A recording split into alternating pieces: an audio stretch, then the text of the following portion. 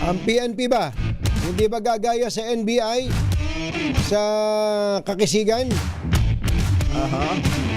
Si, Anong ibig sabihin? Hindi gagayang hahabulin ni Senator Bato? Kasi baka naman sabihin, kabaro natin yan eh. Dati nating oo nga. Happy chief, yan. Oo. Dati nating chief yan eh. Hulihin ba natin yan? Ang dadampot doon sa dating hepe, si corporal lang. Parang ganun, ano? Medyo, Pwede kaya yun? alamin niya natin ang balita mula kay RH52, Edniel Parosa. Coming, Edniel! Jerry at Anthony, naghihintay pa ng court order ang Philippine National Police bago aksyonan itong warrant of arrest sa International Criminal Court kay Senador Ronald Bato de la Rosa.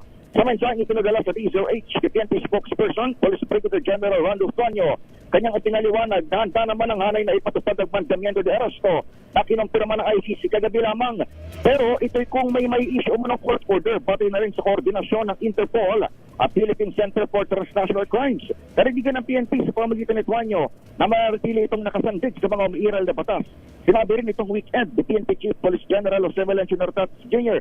bibigyan nila ng due process si De La Rosa na lumalabas na ngayong kapwa-akusado ni former President Digong Duterte sa umanay crimes against humanity ng war on drugs. Kapansin-pansing iba itong pahayag ng PNP sa ginawang diskarte ng parehong ahensya noong arastuin si dating Pangulong Duterte noong nakaraang taon. Pero hanggang kagabi, iginigiit ng Interior Secretary John Vic Remulla, wala talaga silang kopya ng warrant na unang isinapubliko ni dating Senador Antonio Trillanes IV.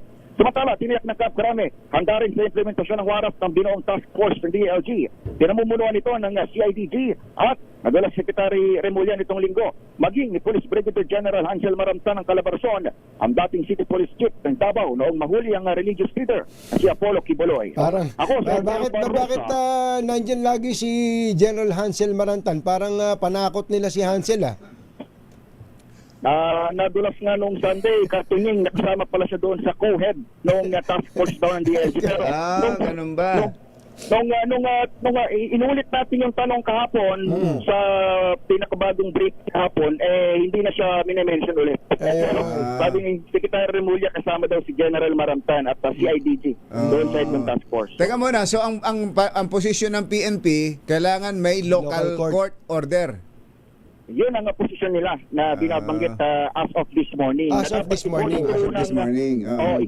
I-calls through ng Interpol or ito nga Philippine Center for Transnational Crimes kasi yung PCTC under niyan NBI, PNP, CIDG, tapos immigration. At saka isa pang ahensya ng gobyerno. Pero doon sa apat, dalawa lamang yung law enforcement na maaaring mag-implement ng warrant sa Interpol. Itong ang NBI at PNP, CIDG. Okay. Mula sa Camp Crame, ako si Edniel Parosa, DZRH. Una sa Pilipinas, una sa Pilipino.